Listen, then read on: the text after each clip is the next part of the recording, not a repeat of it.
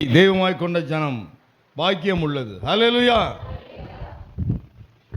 யோசனையில் பெரியவரே ஆராதனை ஆராதனை, செயல்களிலே வல்லவரே ஆராதனை ஆராதனை, செயல்களிலே வல்லவரே ஆராதனை ஆராதனை. ஓசன்னா உன்னத தேவனே, ஓசன்னா ஓசன்னா ஓசன்னா ஓசன்னா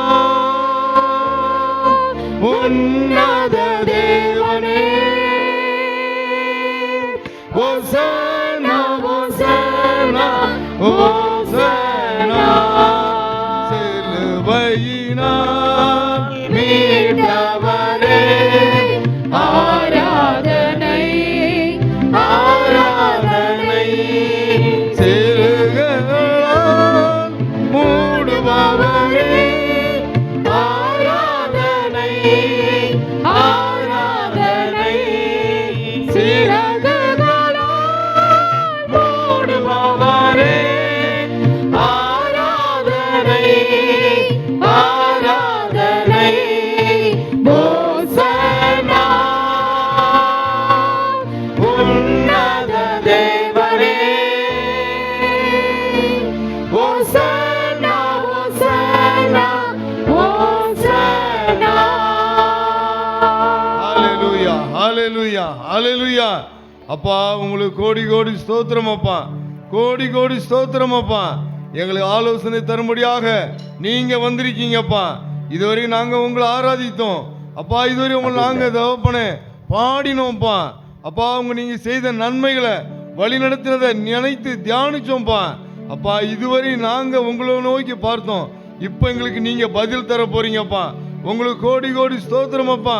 அப்பா, மனுஷன் அப்பத்தினால் மாத்திரம் அல்ல, தேவனுடைய வாயிலிருந்து புறப்படும் ஒவ்வொரு வார்த்தையும் பிழைப்பான் என்று சொல்லி எங்களை பிழைக்க வைக்கிறதுக்காக வார்த்தை தர போறீங்கப்பா.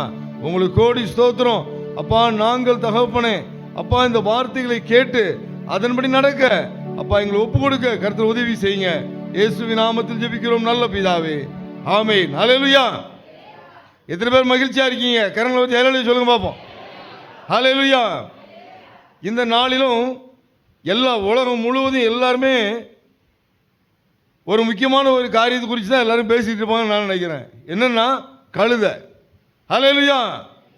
யாருமே மதிக்கப்படாத ஒரு கழுதை, யாருமே வீட்டு உள்ள வைக்காத ஒரு கழுதை.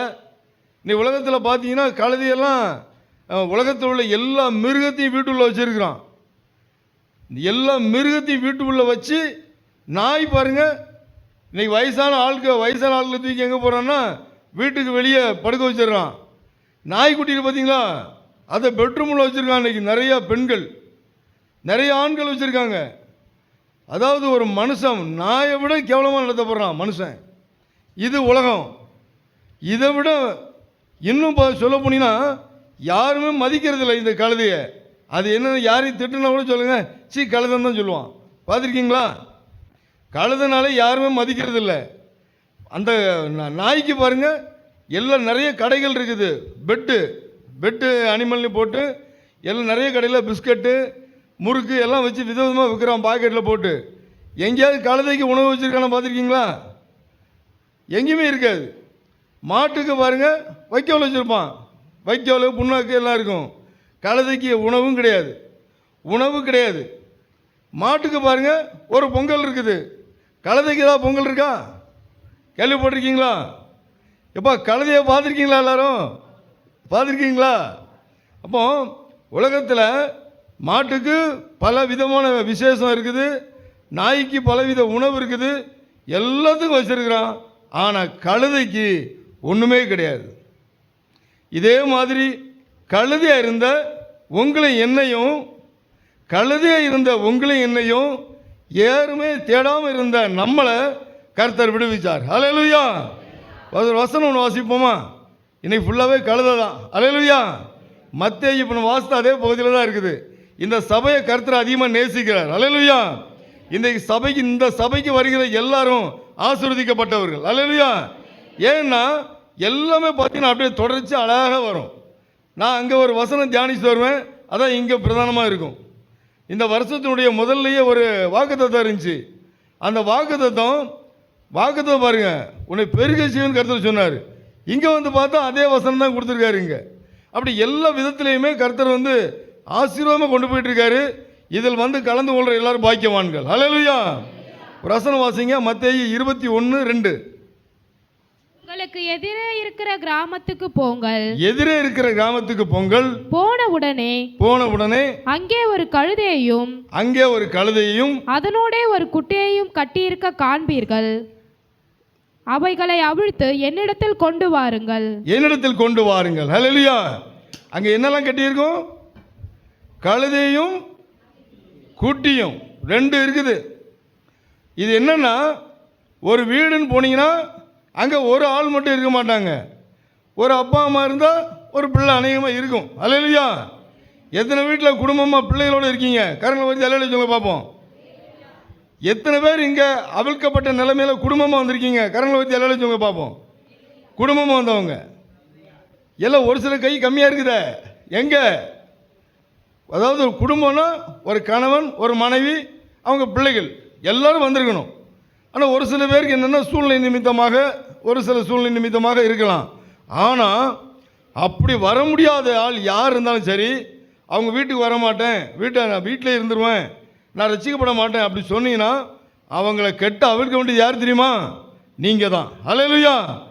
குடும்பத்தில் உள்ள ஒவ்வொருவருக்கும் பெரிய பொறுப்பு என்னென்னா, அந்தந்த குடும்பத்தில் உள்ள கெட்ட அவுக்கணும்.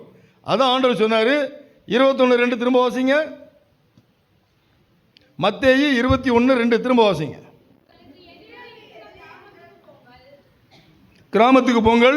போன உடனே அங்கே ஒரு கழுதையையும் அதனோட ஒரு குட்டியையும் கட்டி இருக்க காண்பீர்கள். அல்லேலூயா. அப்ப நீங்க என்ன செய்யணும்?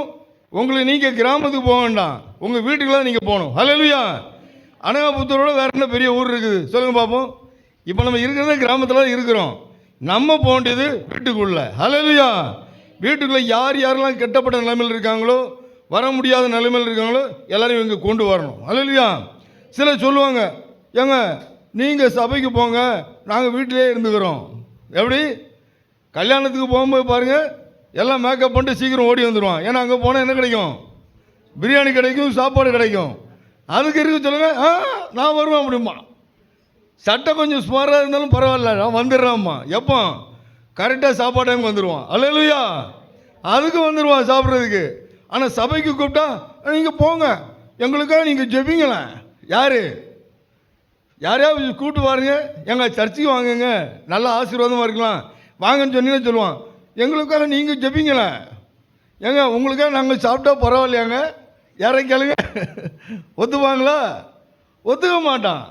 ஆனால் இது மட்டும் என்ன சொல்லுவானோ, நீங்கள் எங்களுக்காக ஜெபிங்க, நீங்கள் ஜெபிச்சாலே போதுங்க அப்படிம்பாங்க.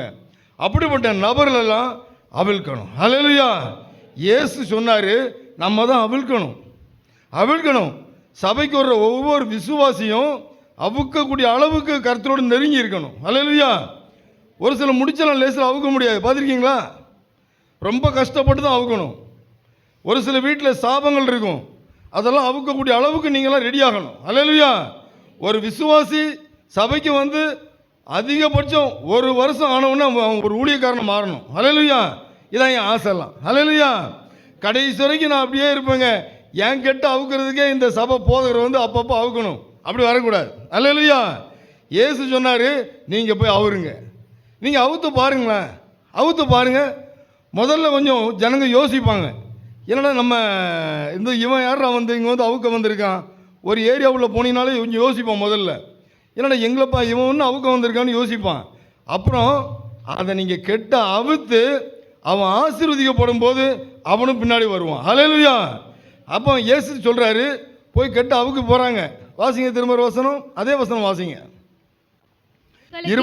மத்தேயு 21:2. உங்களுக்கு எதிரே இருக்கிற கிராமத்துக்கு போங்கள். போன உடனே அங்கே ஒரு கழுதையையும் அதனோட ஒரு குட்டியையும் கட்டி இருக்க காண்பீர்கள். அவைகளை அவிழ்த்து என்னிடத்தில் கொண்டு வாருங்கள். ஒருவன் உங்களுக்கு ஏதாகிலும் சொன்னால் இவைகள் ஆண்டவருக்கு வேண்டும் என்று சொல்லுங்கள். உடனே அவைகளை அனுப்பிவிடுவான் என்று சொல்லி உடனே அனுப்பிவிடுவான். ஹல்லேலூயா. உடனே அனுப்பி விட்டுருவான். ஏன்?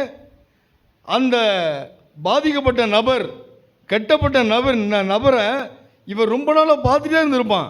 அவன் சாபத்துக்குள்ளே இருப்பான். சாபத்திலே இருக்கிறான்டா, இந்த சாபத்தையே நம்ம வச்சிருக்கணும், கொண்டு பண்ணிடுவான். உங்கள் வாழ்க்கையிலும் உங்கள் குடும்பத்திலையும் இதுதான் நடக்கும். என்ன நடக்கும்னா, எப்பா இவன் வீட்டில் தரித்திரனாக இருக்கிறான், சாபத்தில் இருக்கிறான். இப்போ நல்லா இருக்கிறான்னு வச்சுங்களேன், நல்லா இருக்கிற ஒரு மாட்டை அவுத்திங்கன்னா விடவே மாட்டான். நல்லா இருக்கிற நாய்க்குட்டியை பிடிச்சா கூட விட மாட்டான். ஆனால் இது கழுதை வீட்டு வாசல் இடைஞ்சலாக இருக்குது. இந்த கழுதை அவுத்தா ஒன்றுமே சொல்ல மாட்டான், கொண்டு போய் சொல்லிடுவான். அதே மாதிரி நம்முடைய வாழ்க்கையிலையும் நம்ம யாருமே நம்மளை மதிக்காமல் இருந்த நம்மளை யாருமே தேடாமல் இருக்கும்போது கர்த்தர் நம்மளை அவிழ்த்தாரு, விடுவிச்சார். ஹல்லேலூயா. அதனால தான் கொண்டு வந்து உட்கார வச்சிருக்காரு. நம்ம நினச்சிட்டு இருக்கக்கூடாது நம்மகிட்ட நல்ல திறமை இருக்குது, நல்ல தாளந்து இருக்குது, ஏதோ ஒரு நல்ல ஒரு வருமானம் இருக்குது, ஒரு அழகு இருக்குது, ஒரு குரல் இருக்குது அப்படின்னு யாரும் நினைச்சிட வேண்டாம். ஹல்லேலூயா. அப்படி நினச்சி நம்ம ஏமாந்துடக்கூடாது. அது அவருடைய கிருபை. ஹல்லேலூயா. ஏன் அப்படின்னா ஒரு வசனம் வாசிங்க, மத்தேயு 11:28 வாசிங்க. ஏன் கொண்டு வர சொன்னார், ஏன் நம்மளை கொண்டு வந்திருக்காருன்னா ஏன் வாசிங்க. உலகத்தில் நீங்கள் நானும் நிறைய பாடுகளை அனுபவிச்சிட்டோம், நிறைய கஷ்டத்தை அனுபவிச்சிட்டோம், வறண்டு போய் இருக்கிறோம். ஐயா நான் என்ன செய்யணும் தெரியாமல் இருக்கிறேன். நமக்கு கர்த்தர் என்ன செய்கிறார் பாருங்க. வாசிங்க அந்த வசனத்தை, மத்தேயு 11:28.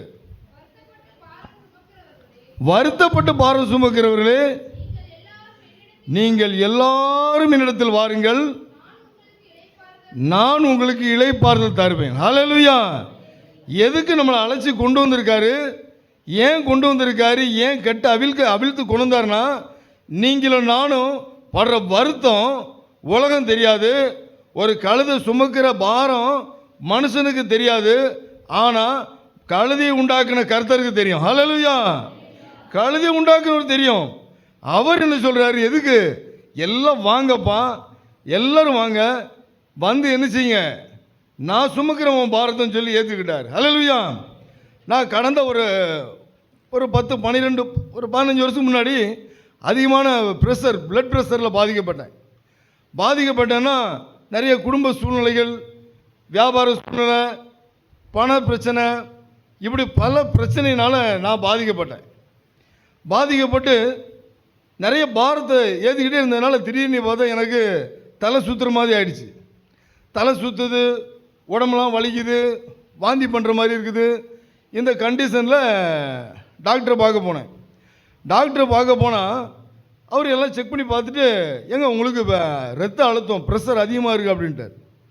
அப்போ என்ன செய்யணும், இதுக்கு என்ன செய்யணும்னு கேட்டால் அவர் சொன்னார், ஒன்றும் இல்லை, ஒரு மாத்திரை தர்றேன், இந்த மாத்திரை நீங்கள் போட்டுக்கிட்டே இருங்க, போட்டுட்டு நீங்கள் ஒரு மாத்திரை போட்டிங்கன்னா ப்ரெஷர் குறைஞ்சிரும், ஒன்றும் பிரச்சனை இல்லைன்னு சொல்லி விட்டார். நானும் சரின்னு சொல்லி மாத்திரை வாங்கிட்டு வந்தேன். மாத்திரை சாப்பிட்டே இருக்கேன். எத்தனை வருஷம், கிட்டத்தட்ட ஒரு 8 வருஷமாக மாத்திரை சாப்பிட்டே இருக்கேன். ப்ரெஷர் மாத்திரை போட்டே இருக்கிறேன். ஆனால் நான் ஒரு வேதக்காரன், இயேசு அறிஞ்சவன் தான், கெட்ட அவிழ்க்கப்பட்டவன் தான். ஆனால் இந்த பாரத்தை சுமந்துகிட்டே இருக்கேன், பலவித பாரத்தை, அழுத்தம் தாங்க முடியல. இப்போ இந்த மாத்திரை போட்ட பிறகு எனக்கு இப்போ நல்லா ஸ்மூத்தாக போயிட்டே இருக்குது. அப்படி இருக்கும்போது தான் ஒரு நாள் இந்த வசனத்தை வாசிக்கிறேன். காலையில் எழும்பி டெய்லி வேதம் வாசிக்கிறது உண்டு. இந்த வசனம் வாசிக்கும்போது தான், இந்த வசனம் திரும்ப வாசிங்க, மத்தேயு 11:28. இதே வசனம் தான், வாசிங்க. வருத்தப்பட்டு பாரம் சுமக்கிறவர்களே, எல்லோரும் என்னிடத்தில் வாருங்கள், நான் உங்களுக்கு இளைப்பாறுதல் தருவேன். இந்த வசனம் தான் வாசிக்கும்போது இது எப்பவுமே எல்லாரும் வாசிக்கிறதுனே. நம்ம என்ன சொல்லுவோம், சுவிசேஷம் சொல்லும்போது பொதுவாக ஜனங்களுக்கு சொல்லுவோம், ஏங்க உங்கள் பாரத்தை சுமக்க இயேசு இருக்காரு, அவர் சுமப்பாருன்னு நம்ம எல்லாருமே சொல்லுவோம். அதனால் சர்ச்சுக்கு வாங்கன்னு கூப்பிடுவோம் நம்ம. ஆனால் இந்த வசனம் வாசிக்கும் போது எனக்கு அதில் ஒரு வெளிச்சத்தை கருத்தில் கொடுத்தாரு. ஹல்லேலூயா. இந்த வசனம் அப்படியே நின்று போச்சு. எனக்கு திரும்ப இந்த வசனம் வாசிக்க தோணுது. எனக்கு நான் வசனம் திரும்ப திரும்ப வாசிக்கிறேன்.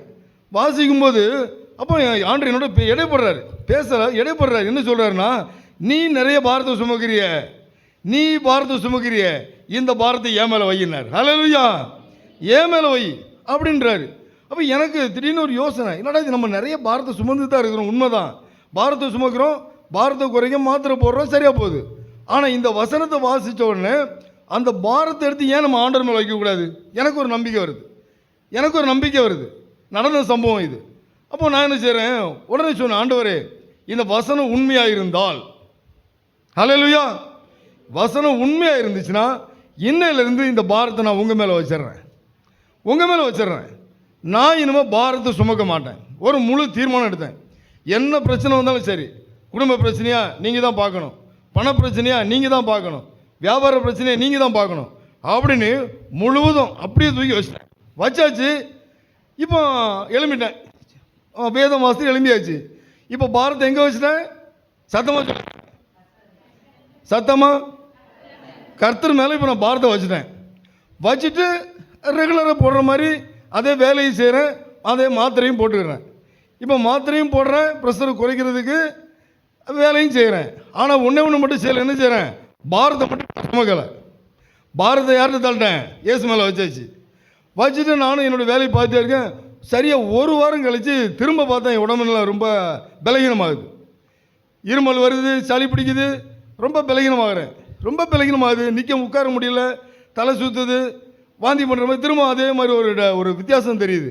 திரும்ப அதே டாக்டர்கிட்ட போனவுடனே அவர் வழக்கமாக போனோடனே கையை பிடிச்சாரு, வச்சு ஒரு ப்ரெஷரை செக் பண்ணுறத பார்த்தாரு. புதுசு காசு அடித்து எல்லாம் செக் பண்ணி பார்த்துட்டு, ஏங்க உங்களுக்கு ப்ரெஷர் ரொம்ப இறங்கி போயிடுச்சு அப்படின்னாரு. ஏங்க ப்ரெஷர் கம்மியாக இருக்குது அப்படின்னாரு. அப்போ நீங்கள் என்ன பண்ணுறீங்கன்னு கேட்டார். அவர் ஒரு வியாபாரம் பண்ணிகிட்ருக்கிறேன், இப்போ ஏதாவது மாத்திரை போடுறீங்களான்னு கேட்டார். ஆமாம், நீங்கள் ப்ரெஷர் அதிகமாக இருக்குன்னு சொல்லி பல வருஷத்துக்கு முந்தி சொன்னவங்கள்ட்ட அதுக்கு ஒரு மாத்திரை கொடுத்தீங்க, போட்டுக்கிட்டு இருக்கேன் அப்படின்னு. அப்போ அவர் சொன்னார், நீங்கள் இந்த மாத்திரையை கொஞ்சம் நிறுத்திட்டு கொஞ்சம் செக்கப்லாம் பண்ணிவிட்டு என்கிட்ட வாங்க, நான் பார்த்து சொல்கிறேன் உங்களுக்கு அப்படின்ட்டார்.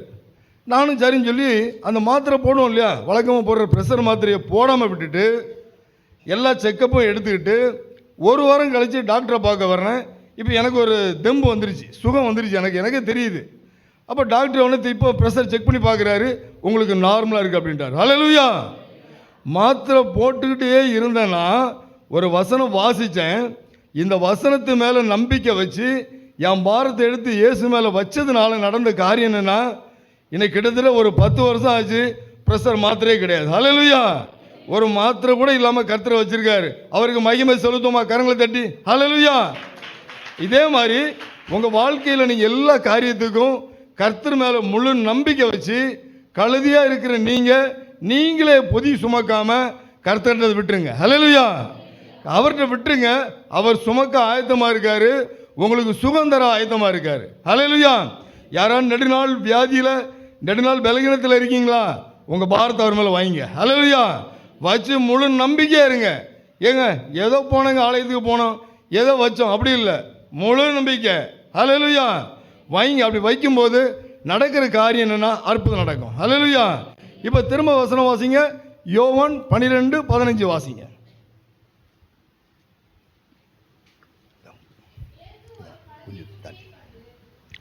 இயேசு ஒரு கழுதை குட்டியை கண்டு அதன் மேல் ஏறி போனார். ஹல்லேலூயா. கொண்டு வந்த இதெல்லாம் கொண்டு வந்தாங்க, கழுதையும் கழுதை குட்டியையும். ஆனால் கர்த்தர் எதில் ஏறினார்? குட்டி மேலே ஏறினார். ஹல்லேலூயா. இல்லை என்ன அப்படின்னா, இயேசுவுக்கு தேவை உங்கள் முழு குடும்பம், உங்கள் எல்லாருடைய ஆத்மாவும். ஆனால் அவர் ஏறி அமர்ந்திருக்கன்னா ஒரு குட்டி தான் வேணும் அவருக்கு. ஹல்லேலூயா. கழுதையில் அவர் ஏற மாட்டார். அவர் என்ன வசனம் அப்படி தான் சொல்லுது, ஒரு குட்டி மேலே ஏறி உட்கார்ந்தாராம். ஹல்லேலூயா. குட்டின்னு ஒன்று குட்டி பிள்ளைகள் நினைச்சிடாதீங்க. என்ன குட்டி? நம்முடைய உள்ளம் ஒரு கழுது குட்டியாக மாறணும். ஹல்லேலூயா. ஒரு குட்டியாக மாறணும். இந்த உலகத்தில் ஏராளமான பேர் கர்த்தர் தெரிஞ்சிருக்காரு, ஏராளமான ஜனங்கள் தெரிஞ்சிருக்காரு. ஆனால் எல்லார் மேலேயும் அவர் அமர்ந்து இருக்கலை. எல்லார் மேலேயும் அமர்ந்து இருக்கலை. ஏன்னா நான் யார் தெரியுமா? என் திறமை என்னன்னு தெரியுமா? அவங்க மேலே கர்த்தர் உட்கார மாட்டார். எவன் தன்னை தாழ்த்துகிறானோ அவன் மேலே கர்த்தர் அமர்வார். ஹல்லேலூயா. யாத்ராகமம் 2:11 வாசிங்க. ஒரு மோசேன்ற மனுஷன் ஒருத்தர் இருந்தான். மோசேன்ற மனுஷன் கர்த்தரால் முன்குறிக்கப்பட்டவன், தெரிந்து கொள்ளப்பட்டவன் தான். ஆனால் கர்த்தர் அவனை இயக்குறாரு, அவன் மேலே அமர ஆசைப்படுறாரு. நடக்கிற காரியம் என்ன வாசிங்க. யாத்ராகமம் 2:11. மோசே பெரியவனான காலத்தில் அவன் தன் சகோதரனிடத்தில் போய் சுமை சுமக்கிறதை பார்த்து எபிரேயரில் ஒருவனை அடிக்கிறதை கண்டு அங்கும் இங்கும் பார்த்து ஒருவரும் இல்லை என்று அறிந்து எகிப்தியனை வெட்டி அவனை புதைத்து போட்டான். யாரு? ஒரு மோசே, கர்த்தரால் தெரிந்து கொள்ளப்பட்டவன். அவனை கொண்டு பெரிய ரட்சிப்பு கொண்டு வரணும்னு கர்த்தருடைய சித்தம். அவன் யாரு? ஒரு கொலைகாரனை மாறிட்டான். இந்த இடத்துல வந்திருக்கிற உங்களை கர்த்தர் ஆசீர்வதிக்க ஆயத்தமாக தான் இருக்காரு. ஆனால் நீங்கள் தனிப்பட்ட முறையில், நீங்களோ நானோ தனிப்பட்ட முறையில் யார் மேலேயாவது விரோதம் கொண்டு விரோதமாக இருந்தோம் அப்படின்னா கர்த்தர் நம்ம மேலே அமர மாட்டார். ஹல்லேலூயா. எப்போ நம்மளை தாழ்த்துகிறோமோ அப்பொழுது கர்த்தர் அமர்வார். இந்த மோசேயை குறித்து பாருங்க, பயங்கரமான திட்டம் ஆண்டவருக்கு. சின்ன குழந்தையிலேருந்தே பாதுகாக்கிறாரு, குழந்தையிலேருந்தே பாதுகாத்து கொண்டு வர்றாரு, வளர்க்குறாரு. அங்கே வச்சு அவனுக்கு நிறைய அனுபவங்கள் கொடுக்குறாரு. சாக வேண்டிய ஒரு ஆள் அவனை பாதுகாத்து கொண்டு வந்திருக்காரு. இங்கே வந்து உட்கார்ந்துருக்கிற நீங்கள் அநேகர் சின்ன வயசுலேயே மறிக்க வேண்டிய ஆட்களாக இருக்கலாம், எப்போவோ காணாமல் போக வேண்டிய ஆட்களாக இருக்கலாம். ஆனால் கர்த்தர் கிருபையாக உங்களை என்னையை கொண்டு வச்சுருக்காரு. என்னெல்லாம் சின்ன வயசுலேயே பிசாசு பல வழியில் என்னெல்லாம் தூக்க பார்த்தான். எனக்கு சின்ன வயசில் நிறைய நோய், எனக்கு சரீரத்தில் வித்தியாசமான ஆப்ரேஷன் நிறையா எத்தனையோ பண்ணியிருக்குது. ஆனால் இன்றைக்கும் ஒரு மருந்து மாத்திரை இல்லாமல் கர்த்தர் வச்சுருக்காரு. ஹல்லேலூயா. ஏன்னு அதோடைய கிருபை. அவர் முன் குறிச்சிட்டாருன்னு வச்சுங்க, எவனுமே தப்ப முடியாது. என்ன நடக்குது பாருங்க, இந்த மோசையை முன் குறிச்சாச்சு, அவன் மூலமாக தான் ரட்சிப்புன்னு சொல்லியாச்சு. நடக்கிறது என்னன்னா, அவன் ஒரு கொலைகாரனை மாறினான், அவனே நியாயம் செய்கிறவனை மாறினான். அதனால் பார்த்தீங்கன்னா அவனால் கர்த்தர் அவன் மேலே அமர முடியலை. ஆனால் நாட்கள் வரும்போது நடக்கிற காரியம் பாருங்க, எப்படிப்பட்ட ஆள் மேலே கர்த்தர் அமர்வாராம். லூக்கா 18:17 வாசிங்க. எப்படிப்பட்ட ஆளாக இருந்தால் அமர்வார் பாருங்க. லூக்கா 18:17. இந்த மோசே நினைச்சிட்டு இருக்கிறான், நான் நியாயம் செய்வேன், இப்படி தான் செய்வேன்ட்டு. ஆனால் கர்த்தர் யார் மேலே அமர்றாரு பாருங்க, வாசிங்கம்மா. எவனாகிலும் சிறு பிள்ளையை போல் தேவனுடைய ராஜ்யத்தை ஏற்றுக்கொள்ளாவிட்டால், சிறு பிள்ளையை போல, ஒரு கழுதை குட்டியை போல தேவ ராஜ்யத்தை ஏற்றுக்கொள்ளாவிட்டால் அதில் பிரவேசிக்க மாட்டான் என்று மெய்யாகவே உங்களுக்கு சொல்லுகிறேன் என்றார். ஹல்லேலூயா. ஒவ்வொரு மனுஷன், எந்த மனுஷனுமே சிறு பிள்ளையை போல தன்னை மாற்றணும், வாழணும். வாழ்ந்தா மட்டும்தான் கர்த்தர் நம்ம மேலே அமர்வார். அடுத்து யாத்ராகமம் 4:10 வாசிங்க.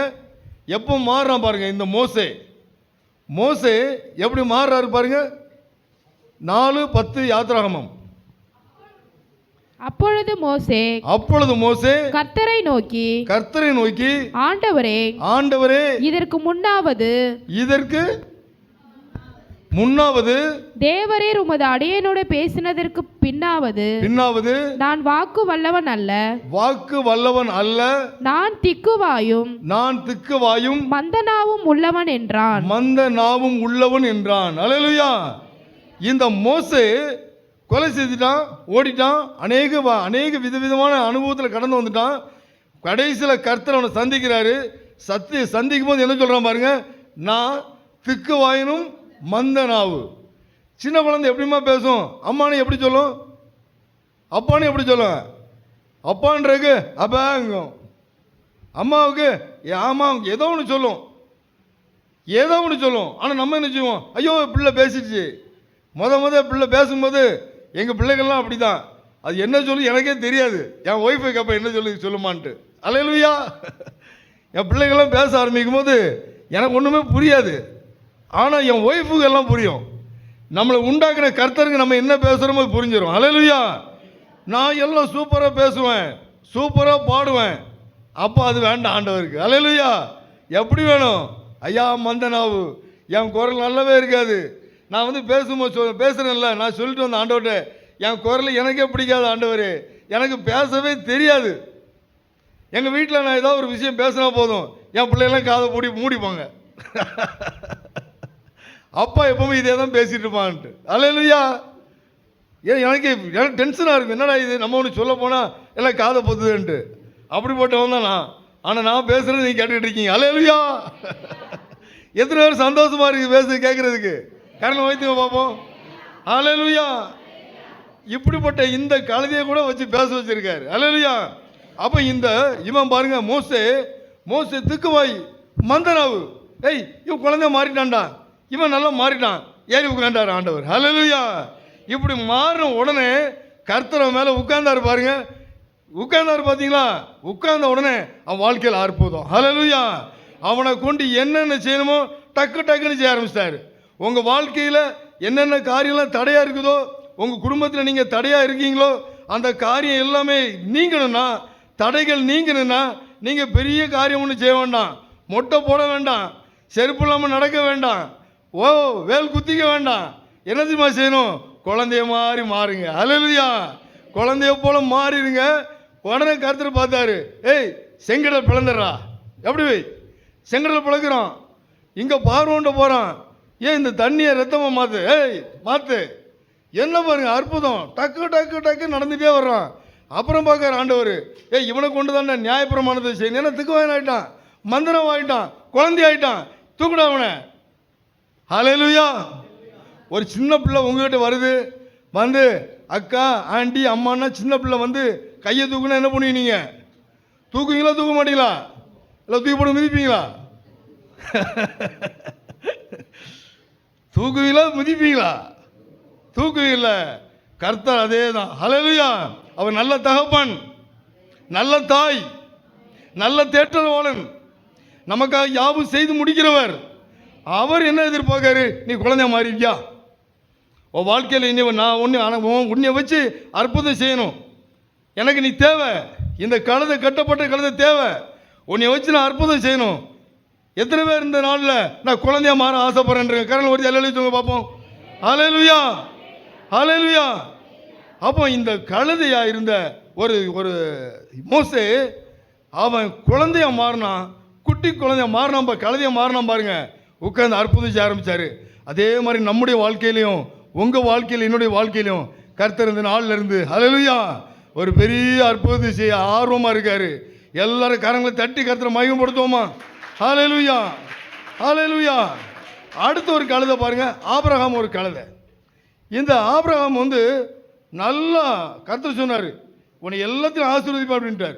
ஆபிரகாமை பிடிச்சி கர்த்தருக்கு ரொம்ப ஆசை, அவனை எப்படியாவது அவனை ஆசீர்வதிக்கணும், அவனை எப்படியாவது தூக்கணும் அப்படின்னு சொல்லி அவனை சித்தம் வச்சு அவன்கிட்ட போய் சொல்கிறாரு. என்ன சொல்கிறாரு? அவனை முதல்ல நீ வெளியே வந்திருப்பா, உங்கள் குடும்பத்திலையும் உங்களை கர்த்தர் நினச்சி என்ன செய்வார் தெரியுமா?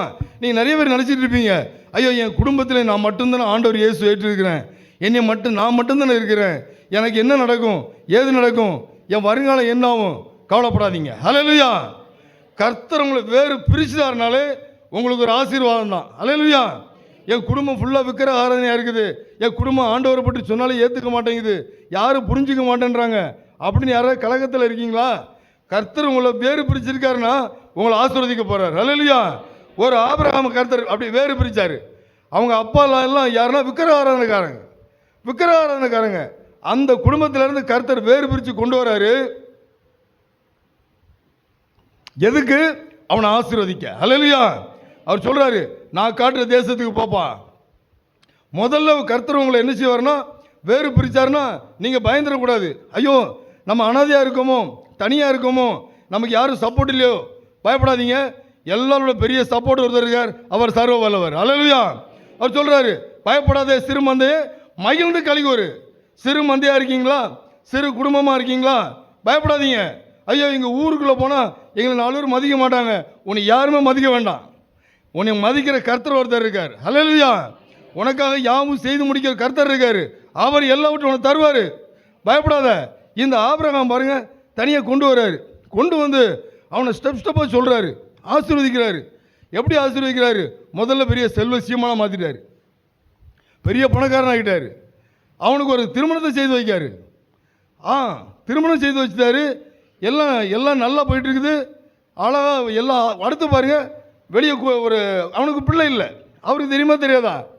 நமக்கு என்ன இருக்குது இல்லைன்றது கர்த்தர் தெரியுமா தெரியாதா? தெரியும்ல. பிள்ளை இல்லைன்றது தெரியும், தெரியும். அவனை கூட்டிகிட்டு வந்து சொல்கிறாரு, உன்னை நான் ஆசீர்வதிக்க போகிறேன்ப்பா. அவனுக்கு தெரியுது பிள்ளை இல்லைன்னு தெரியுது, ஆனால் கர்த்தர் சொல்ல மாட்டேன்றான். அவருக்கு எல்லாமே தெரியும். உங்களுக்கு என்ன தேவைன்றது கர்த்தருக்கு தெரியும். ஹல்லேலூயா. உங்களுக்கு எப்படி ஆசீர்வதிக்கணுன்றது கர்த்தருக்கு தெரியும்.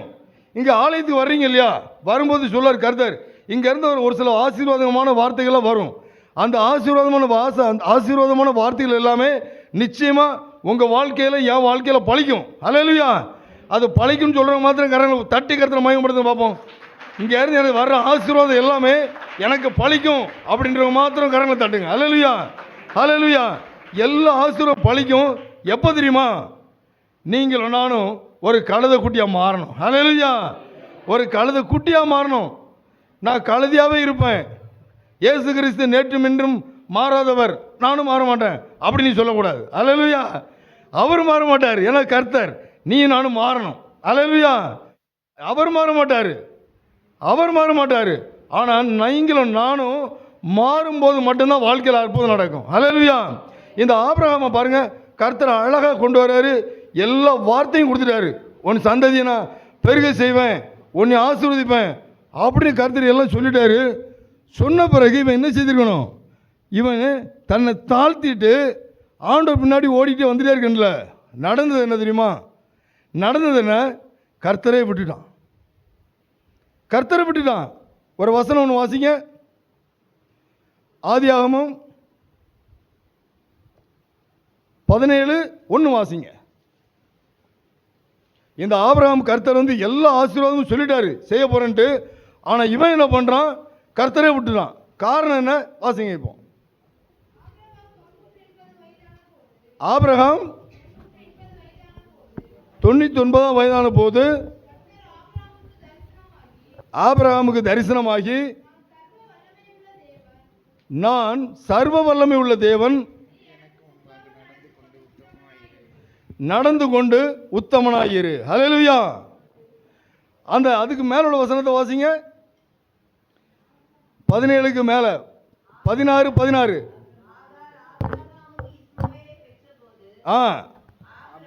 ஆபிரகாம் 96 வயதாக இருந்தான். ஹல்லேலூயா. எத்தனை? 86 வயதாக இருந்தான். 86 வயதாக இருந்தான். அடுத்த வசனம் 17:1 வாசிங்க. இப்போ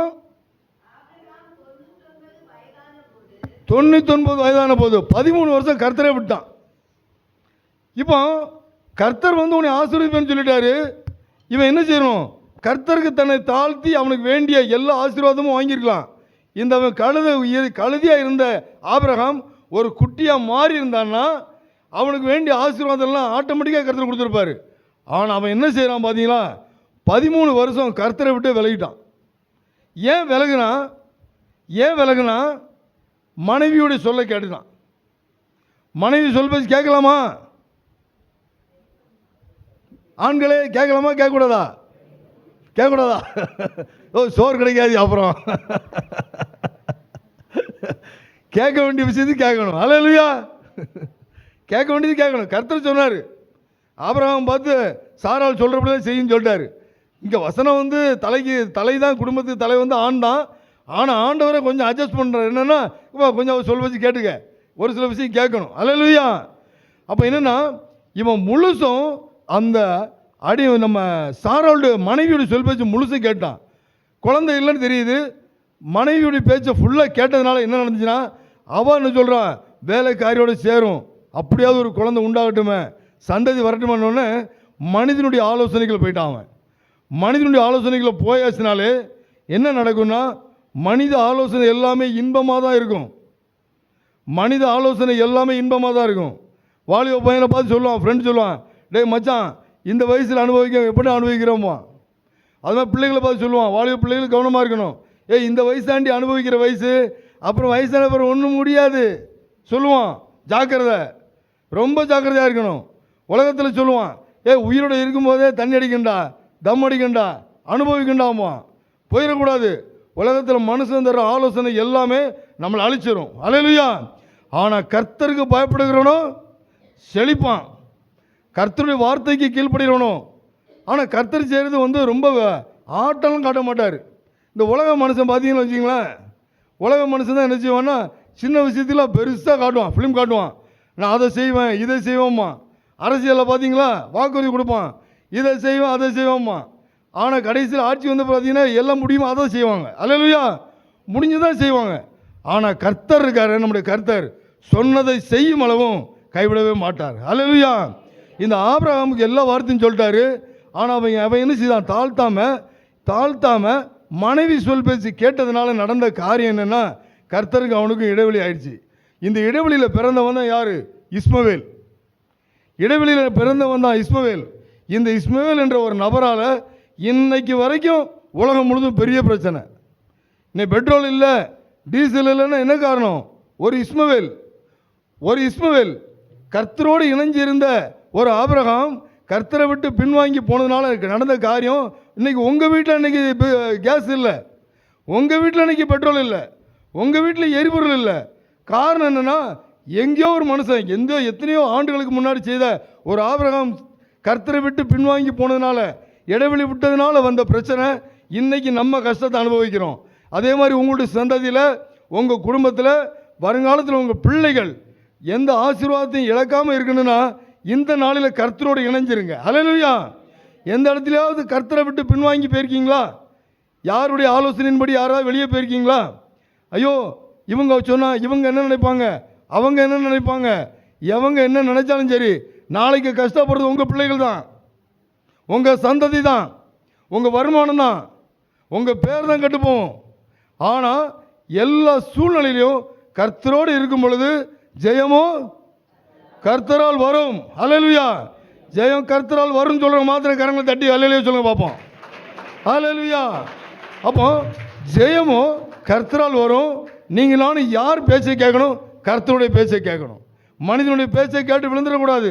இந்த ஆபிரகாம் செய்த ஒரு சிறு தவறால் உலகம் முழுதும் பிரச்சனை. அதே மாதிரி அடுத்து பாருங்க, ஆண்டவர் சொல்கிறாரு. அப்புறம் 17:1 வாசிங்க. ஆதியாகமம் 11:1 திரும்ப வாசிங்க. 99 வயதான போது ஆபிரகாமுக்கு தரிசனமாகி வந்துட்டார். பார்த்தீங்களா? இவன் வயசாச்சு, 13 வருஷம் கேப் ஆகி போச்சு. ஆனாலும் அழைத்த கர்த்தர் விடவே இல்லை. அல்லேலூயா. மனுஷன் மறந்துடுவான், கர்த்தர் மறக்கவே மாட்டார். 13 வருஷம் கழிச்சு கர்த்தர் சொல்கிறாரு, ஆபிரகாமுக்கு அவர் தரிசனமாறாரு. இவன் தேடி போகல. ஏன்னா அவர் உண்மை உள்ளவர். அல்லேலூயா. வாக்குத்தத்தம் கொடுத்தவர் உண்மை உள்ளவர். அதை பெற்றுக்கொள்ள உண்மையாக நம்ம இருக்கோமா? நீங்கள் இருக்கீங்களா? அதை பெற்றுக்கொள்ள இருக்கோமா? நம்ம அதை கர்த்தர் பார்க்குறாரு. அவர் நான் சர்வ வல்லமை உள்ள தேவன். வாசிங்க. நீ எனக்கு முன்பாக நடந்து கொண்டு உத்தமனாயிரு. அல்லேலூயா. கர்த்தர் சொல்றாரு, எப்பா நான் சர்வ வல்லமை உள்ள தேவன். கர்த்தர் சர்வ வல்லமை உள்ளவன்றங்க கரங்க வருத்தி அல்லேலூயா சொல்லுங்க பார்ப்போம். எத்தனை பேர் ஏற்றுக்கொள்றீங்க அதை? அல்லேலூயா. அவர் சர்வ வல்லமை உள்ளவர். அவரால் கூடாத காரியம் ஒன்றுமே இல்லை. அவரால் கூடாத காரியம் ஒன்றுமே இல்லை. ஆனால் அதை அனுபவிக்கிறது யார் தெரியுமா? நீங்களும் நானும் தான். அல்லேலூயா. உங்கள் பிள்ளைக்கு வாயில் சாப்பாடு ஊட்டுறீங்க, பிசைஞ்சு வாயில் ஊட்டுறீங்க. அதை யார் உழுங்கணும்? அந்த பிள்ளை உழுங்கணும். உழுங்கக்கூடாதா? உழுங்கவும் முடியும், துப்பவும் முடியும். கர்த்தர் ஆசீர்வதிக்கிற ஆசீர்வாதம் பெற முடியும், தூக்கி போடவும் முடியும். முடியுமா முடியாதா? இப்போ நிறைய ஆசீர்வாதம் ஏன் எனக்கு வரல? எனக்கு வாக்குத்தத்தம் கொடுத்துருக்காங்களப்பா, 1ஆம் தேதி கொடுத்துருக்காங்க, உன்னை பெருக செய்வனே, பெருகவே வரலையே. ஏன் கர்த்தர் சாப்பாடு பிசைஞ்சுதாரு, வாயிலே வச்சுதாரு. அநேக துப்புன அநேகர் இங்கே உண்டு, அநேகர் உண்டு. எப்படி துப்புன? அவர் வசனத்தை கை கொண்டா மட்டும்தான் ஆசீர்வதிப்பார். அல்லேலூயா. அவர் விருப்பம் என்னன்னா இஸ்ரவேலை ஆசீர்வதிப்பதே கர்த்தருக்கு பிரியம். அவர் வேலையே அதுதான். அம்மாவுடைய வேலையே பிள்ளைய வளர்க்குறது தான், அதுக்கு சாப்பாடு ஊட்டுறது தான். ஒரு சில பிள்ளை என்ன பண்ண தெரியுமா, உழுங்கும். நல்லா உழுங்குற பிள்ளைய பாருங்க, கொழு கொழுன்னு இருக்கும். எப்படி இருக்கும்? சத்தமே இல்லையே. இன்னும் ஆம்பளை தான் கொழு கொழுன்னு இருக்கான், பொம்பளை யாருமே சொல்லலையே. அம்மா மாறு குழந்தைங்கள சோறு ஊட்டுறீங்களா, நீங்களே சாப்பிட்றீங்களா? அல்லது ஹல்லேலூயா. இப்போ அந்த பிள்ளை ஆசீர்வதிக்கப்படும். யாரு? நல்ல குழந்தை, நல்ல குழந்தை, நல்ல கழுதை குட்டி ஆசீர்வதிக்கப்படும். நீங்கள் நானும் ஆசீர்வாதத்தை பெறணும். ஹல்லேலூயா. அப்போ கர்த்தர் சொல்றாரு, நான் சர்வ வல்லமை உள்ள தேவன், நீ எனக்கு முன்பாக நடந்து கொண்டு உத்தமனாயிரு. ஹல்லேலூயா. ஏன் இவன் இவ்வளவு நாளும் எதில் உத்தமம் ஆயிட்டான்? கர்த்தர் சொல்கிற வார்த்தையை கேட்கல. இவன் தனிப்பட்ட முறையில் அவனே உத்தமமாக மாறிட்டான், தனிப்பட்ட முறையில் ஆகிட்டான். ஆனால் கர்த்தர் என்ன சொல்கிறாரு, நீ என்ன செய்யணும், எனக்கு முன்பாக. கர்த்தருக்கு முன்பாக நம்ம உத்தமமாக இருக்கோமா? கர்த்தருக்கு முன்பாக இருக்கோமா? அல்ல சொந்தக்காரங்க முன்பாக உத்தமமாக இருக்கிறோமா? ஊழியம் பண்ணுறீங்களா? ஊழியம் பண்ணுற எல்லாருமே ஊழியம் பண்ணுறது, ஐயோ ஒரு பாஸ்டர் என்னை பார்க்குறாரு அதுக்கு செய்யக்கூடாது. அல்லேலூயா. யாருக்கு செய்யணும்? கர்த்தருக்கு முன்பாக. பண விஷயமா ஒரு மனுஷன் பார்க்குறான்டா, அவன் கண்ணில் எப்படி மிளகா பொடி போகலாம், அது இல்லை. கர்த்தர் முன்பாக நிற்கிறேன் நான். அல்லேலூயா. கர்த்தர் என்னை பார்க்குறாரு, அவருக்கு முன்பாக நான் உத்தமனாக இருக்கணும். ஏன்னா உத்தமனுக்கு கர்த்தர் துணை. அல்லேலூயா. உத்தமனுக்கு மனுஷன் துணை வரமாட்டான். நீங்கள் உத்தமமாக இருந்து பாருங்கள். ஒரு ஆஃபீஸில் என் நண்பர் ஒருத்தர் இருந்தார். அவர் அரசாங்க ஆஃபீஸு, பல கோடி எங்களோட டேர்ன் ஓவர் ஆகும். ஆனால் அவர் மட்டும் என்ன வாங்க மாட்டார், லஞ்சம் வாங்க மாட்டார். லஞ்சம் வாங்காத ஒரே காரணத்தினால அந்த ஆஃபீஸில் உள்ள எல்லாருமே அவர் மேலே ஒரு கண்ணு. என்ன கண்ணு தெரியுமா? இவன் எப்பண்டா வேலையை விட்டு ஒளிஞ்சு போவான், இதுதான் கண்ணு, வேறு ஒன்றும் இல்லை. ஏன்னா இவன் தடையாகவே இருக்கிறானே. நம்ம வாங்க முடியல. ஒரு 10 பேர் கையெழுத்து போடணும்னா ஒருத்தன் போடாட்ட வேலை ஆகாது. இப்போ இந்த 9 லஞ்சம் வாங்கிட்டு போட்டுருவான், ஆனால் இவர் கையெழுத்து போட மாட்டார். அப்போ என்ன ஆகுனா, அந்த பில்லு பாஸ் ஆகாது, அந்த ப்ரமோஷன் போகாது, எல்லாம் அப்படியே ஸ்டக் ஆகிடும், காசு வராது. அப்போ என்ன நடக்குதுன்னா, இவர் எப்படி தூக்கலாம், இதே மைண்டில் இருந்தாங்க. நாள் வரும்போது கர்த்தர் இவங்க எல்லாருக்குமே அதிகாரியாக மாற்றிட்டார். அல்லேலூயா. ஏன்னா உத்தமனுக்கு கர்த்தர் துணையாகிறாரு. அவர் எல்லாருக்கும் கெட்டா கொண்டு வந்துடுறாரு. ஆனால் உலக மனுஷன் எல்லாரும் யாரா மாறிடுறான்னா எதிரியாக மாறிடுறான். அதனால கர்த்தருடைய பார்வையில் நீங்களும் நானும் உத்தமனாக இருக்கணும். அல்லேலூயா. உத்தமனாக இருக்கணும். அதுவும் பாருங்க, எனக்கு முன்பாக நடந்து கொண்டு ஆண்டவர் பார்க்கறது பாருங்க, அவர் பார்வையில் நான் சரியாக இருக்கணுமா. இந்த ஆபிரகாம் பாருங்க, யார் பார்வையில் என்ன கர்த்தர் சொன்னார், எப்பா நீ கிழக்கு மேற்கு வடக்கு தெற்கு எல்லா பக்கமும் நடந்து போன்னு சொல்லும்போது போயிட்டான், ஆசீர்வாதம் வரும்போது போயிட்டான். ஆனால் அடுத்து பார்த்தீங்கன்னா, மனைவி சொல்கிற ஆலோசனை கேட்டு கர்த்தரை விட்டு விலகினா நடந்தது என்ன, 13 வருஷம் இடைவெளி, மன சஞ்சலம், மன போராட்டம். இந்த நாளிலும் வந்திருக்கிற நீங்கள், கர்த்தர் எனக்கு ஏதாவது தருவார், நன்மை செய்வார் நான் எதிர்பார்த்தேங்க. நான் எதிர்பார்த்த நன்மை என் வாழ்க்கையில் நடக்கவே இல்லை. நான் எதிர்பார்த்த ஆசீர்வாதம் எனக்கு வரவே மாட்டேங்குது. யாராவது சோர்வில் வந்திருக்கீங்களா? கொஞ்சம் யோசித்து பாருங்கள். கர்த்தரை விட்டு எங்கேயாவது பின் வாங்கியிருக்கீங்களா? எங்கேயாவது நான் பின் வாங்கியிருக்கேனா? எனக்கு வேண்டிய நன்மை வரலன்னு நான் புலம்பிக்கிட்டு இருக்கிறேன், குறை சொல்கிறேன். ஆனால் இந்த இடத்துல நான் கேப் விட்டுருக்கேனா? சற்று யோசித்து பாருங்கள். அதில் கர்த்தருக்கு நீங்கள் ஒப்பு கொடுத்துருங்க. ஒரு கழுதை குட்டியாக மாறிடுங்க, உங்கள் மேலே அமர்ந்துடுவார். அல்லேலூயா. நடக்கிறது என்னென்னா, நடந்து கொண்டு உத்தமனாக இருந்தார். சொன்ன உடனே 3ஆம் வசனம் வாசிங்க, 17:3.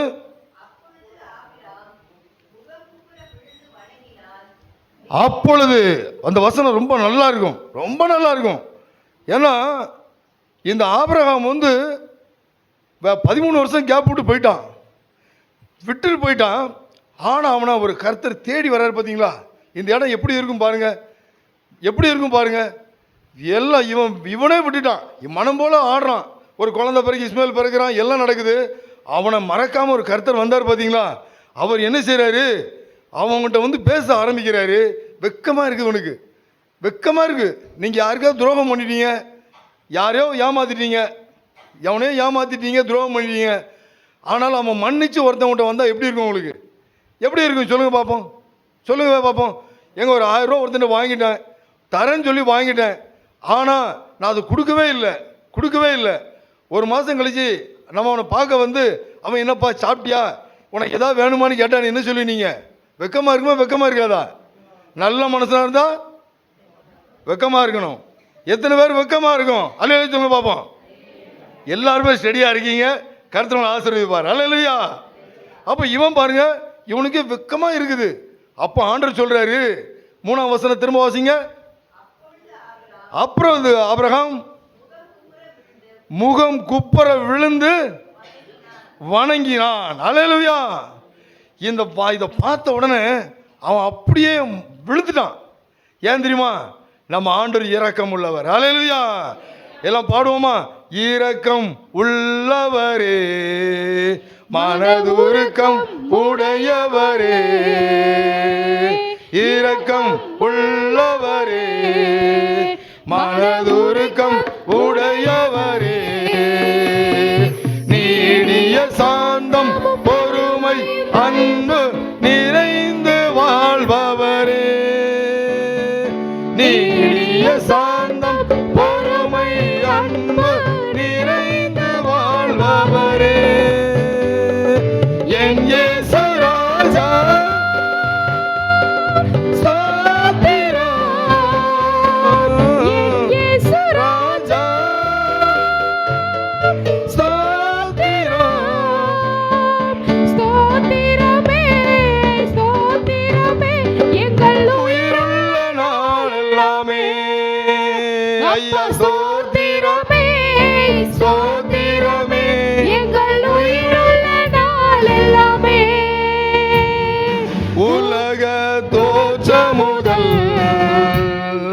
எனக்காய் அடிக்கப்பட்டீர், உலக தோற்றம் முதல் எனக்காய் அடிக்கப்பட்டீர், துரோகியாய் வாழ்ந்த என்னையும் மீட்டு புது வாழ்வு தந்து விட்டீர், துரோகியாய் வாழ்ந்த என்னையும் மீட்டு புது வாழ்வு தந்து விட்டீர்.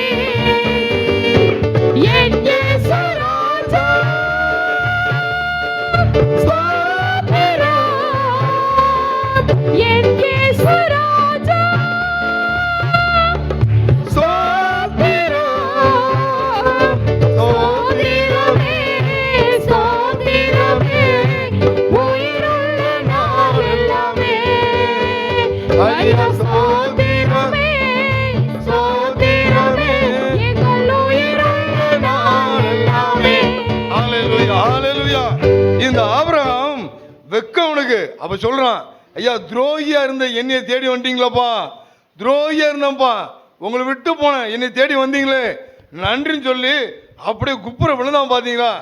விழுந்த உடனே கர்த்தர் அந்த கழுதையை உட்கார்ந்தார். அல்லேலூயா. அந்த கழுதை நின்றுகிட்டே இருக்கிற கழுதையில எங்கே ஏறி உட்கார முடியுமா?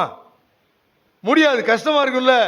அவன் எப்போ முகம் குப்புற விழுந்தானோ, விழுந்த உடனே அவன் ஏறி உட்கார்ந்தார். அல்லேலூயா. எல்லாம் கரங்களை தட்டுங்க பார்ப்போம். எவ்வளவு நல்ல ஆண்டவர் பாருங்க. எப்போ நீ முகம் குப்புற விழுறியோ, எப்போ நீ எனக்கு ஒண்ணு இல்லைன்னு சொல்றியோ, என் திறமை இல்லைன்னு சொல்றியோ, எல்லாம் இருக்கும், உனக்கு சுகம் இருக்கும், பணம் இருக்கும், எல்லாம் இருக்கும். ஆனாலும் அந்த கழுதை மேல கர்த்தர் உட்காருன்னா நீ முகம் குப்புற விழணும். அல்லேலூயா. விழணும். விழுந்தாதான் கர்த்தர் ஏறி உட்காருவாரு. அவர் யார் தெரியுமா? சர்வ வல்லவர். அல்லேலூயா. விழுந்தா பாருங்க, விழுந்த உடனே ஏறி உட்கார்ந்தாரு. அதுக்கப்புறம் வசனம் ஃபுல்லா வாசிங்க. இதுக்கு முந்தி கற்பனையா சொன்னார்ல, உனக்கு செய்வேன் சொன்னார் பாத்தீங்களா, எல்லாத்தையும் செய்துட்டே இருப்பார். அல்லேலூயா. 5ஆம் வசனம் வாசிங்க பாப்போம். இனி உன் பேர் ஆபிராம் எனப்படாமல், இனி உன் பேர் ஆபிராம் எனப்படாமல், நான் உன்னை திரளான ஜாதிகளுக்கு தகப்பனாக. திரளான ஜாதிக்கு. அல்லேலூயா.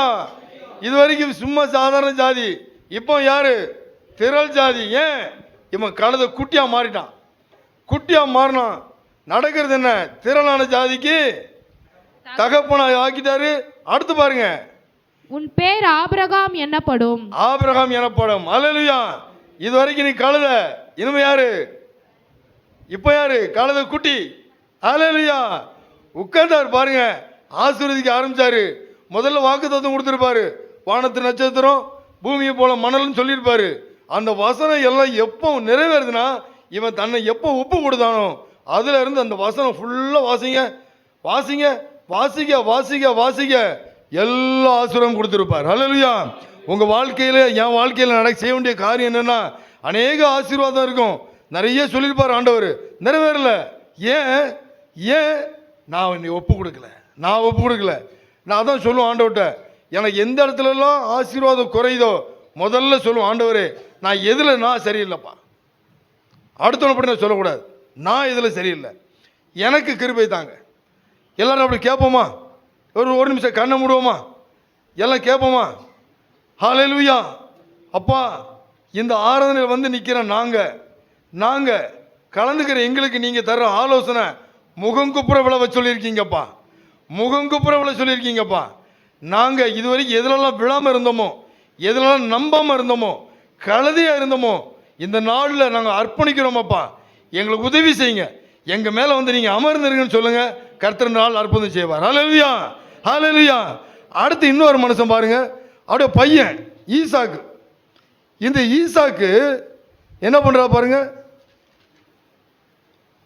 வாசிங்க ஒரு வசனம் 24-63 வாசிங்க.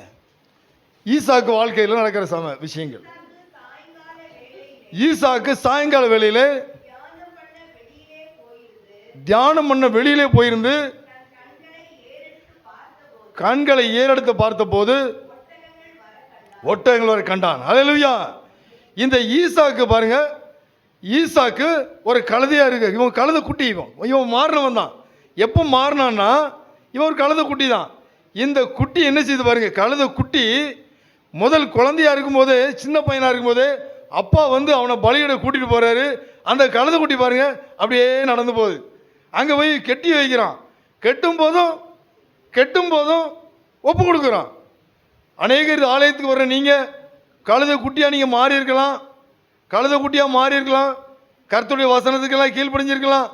எல்லாம் செய்துக்கிட்டே இருந்தாலும் என்ன செய்யணும் தெரியுமா? என்ன செய்யணுமா? தியானம் பண்ணணும். ஹல்லேலூயா. கர்த்தர் செய்த நன்மைகளை எல்லாம் தியானம் பண்ணணும். எப்பவும் தியானிக்கணும். ஒரு சில பேர் தியானம் பண்ணுறது எல்லாமே, என் புருஷன் என்னை எப்போ அடித்தான் அவன் கையை ஒடிக்கணும். ஒரு அம்மா சர்ச்சில் பிரசங்கம் பண்ணும்போது தேம்பி அழுதுச்சான். உடனே இந்த பிரசங்கையாருக்கு ரொம்ப சந்தோஷம். இப்போ எங்கள் முன்னாடி ஒருத்தர், என் முன்னாடி ஒரு அம்மா அழுது ஜோமனு எப்படி இருக்கு எனக்கு, சார் என்னடா நம்ம ரொம்ப பேசிட்டோமோன்னு எனக்கு தோணிடும். நான் மனுஷன்தான். ஆனால் அதே மாதிரி இந்த பிரசங்கையாருக்கு ரொம்ப ஆச்சரியமாகி போச்சு. ஏன்னா நம்ம ரொம்ப தேம்பி அழுது ஒப்பு கொடுக்குத அப்படின்னு எல்லாம் முடிஞ்ச பிறகு அந்த அம்மா தனியாக கூப்பிட்டு, சிஸ்டர் வாங்க சிஸ்டர், என்ன நான் பிரசங்கம் பண்ணும்போது நீங்கள் ரொம்ப உணர்ச்சி போட்டு ரொம்ப தேம்பி அழுதிங்களா அப்படின்னு கேட்டாராம்.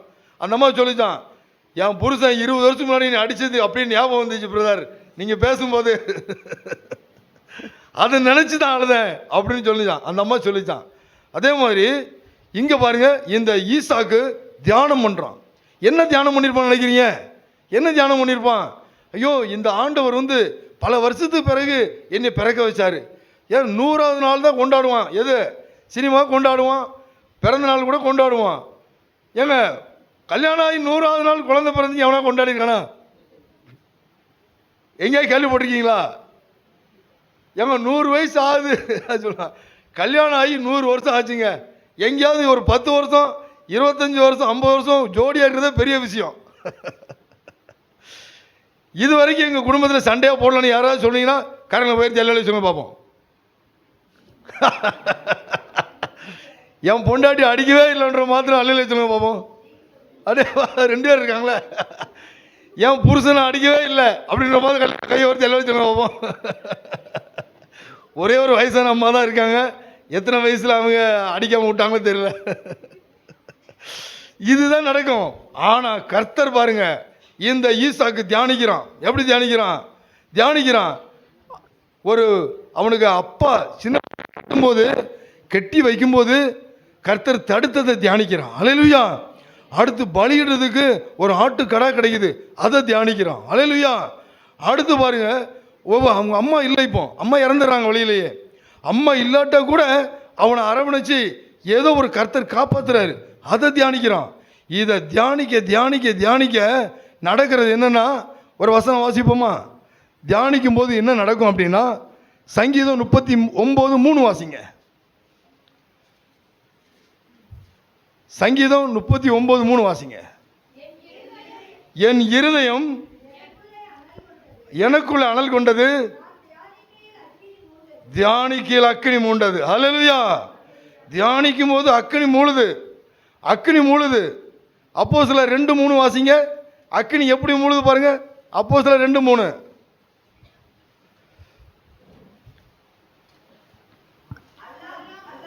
அல்லாமலும் அக்கினி மயமான நாவுகள் போல பிரிந்திருக்கும் நாவுகள் காணப்பட்டு ஒவ்வொருவர் மேலும் வந்து அமர்ந்தது. அல்லேலூயா. இந்த ஈசாக்கு தியானிக்கிறான். தியானிக்கும் போது அந்த கழுதை மேல கர்த்தர் அக்கினியா வந்து இறங்குறாரு. அல்லேலூயா. அக்கினியா வந்து இறங்குறாரு. இவன் தியானிக்கிறான், அக்கினியா இறங்குறாரு. உங்க வாழ்க்கையில, என் வாழ்க்கையில என்ன செய்யணும்னா, எப்பவும் கர்த்தரை தியானிக்கணும். அல்லேலூயா. சூழ்நிலைகள்லாம் பாதகமாக இருக்கும்போது, இந்த ஈசாக்கு கல்யாண வயசு ஆயிடுச்சு, மனைவி இல்லை. கல்யாண வயசு ஆயிருக்குது, வீட்டில் அம்மா இல்லை. இந்த மாதிரி இல்லை இல்லைன்னு இருக்குது. பணம் இருக்குது, பணம் இருக்குது. அப்பா செல்வ சீமான் தான். பணம் இருக்குது, ஆனால் இவனுக்கு வேண்டிய ஆசீர்வாதம் வேண்டியது வரல, ஒரு துணைவி வரல. ஒரு தனிமையாக உட்காந்துருக்கான், தனிமையை உட்காந்து புலம்பிக்கிட்டு இருக்கிறான். இருக்க வேண்டிய சூழ்நிலையில் கர்த்தரை தியானிக்கிறான். அல்லேலூயா. நீங்கள் எல்லாமே இருக்கும்போதே நிறைய பேர் ஜெபிக்கிறதே இல்லையே. எல்லா ஆசீர்வாதமும் இருக்கும்போது ஜெபிக்கிறது இல்லையே. ஒரு மனைவி இருக்கும்போது ஜெபிக்கிறது இல்லையே. ஒரு கணவன் இருக்கும்போது ஜெபிக்கிறது இல்லையே. ஒரு அப்பா அம்மா இருக்கும்போது பிள்ளைகள் மதிக்கிறது இல்லையே, ஜெபிக்கிறது இல்லையே. ஏன்? ஆனால் இந்த ஈசாக்கு கர்த்தரை தியானிக்கிறான். அல்லேலூயா. தியானிக்கிறான். தியானிக்கும் போது நடக்கிற காரியம் என்னன்னா, ஆதியாகமம் 24 64 வாசிங்க. 24:64. ரெபெக்காள் கண்கள் ஏறெடுத்து ஈசாக்கை கண்டபோது ஊழியக்காரன் நோக்கி,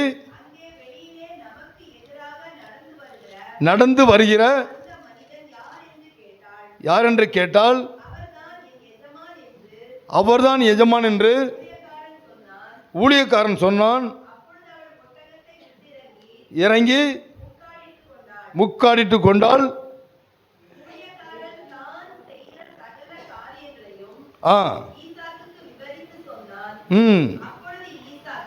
ஈசாக்கு